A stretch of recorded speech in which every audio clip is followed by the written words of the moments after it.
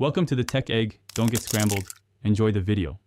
You start by creating a single master document and a dedicated folder, then name files logically so you never search.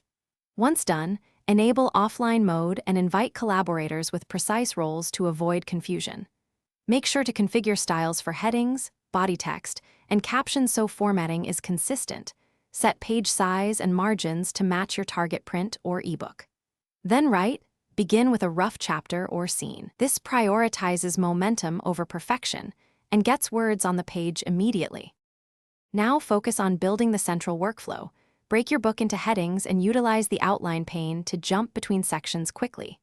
Once others edit, use suggesting mode and threaded comments for clear feedback, and name versions at major milestones so you can restore earlier drafts. Make sure to insert footnotes, images, and internal links to build richness.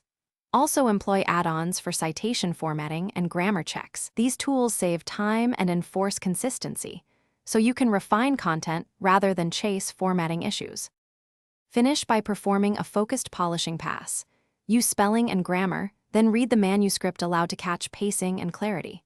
Once clean, export to the target format, PDF for print, EPUB for ebooks, or DocX for editors, and verify page breaks, table of contents links, and any embedded fonts. If you hit layout or formatting issues, here is the key troubleshooting tip.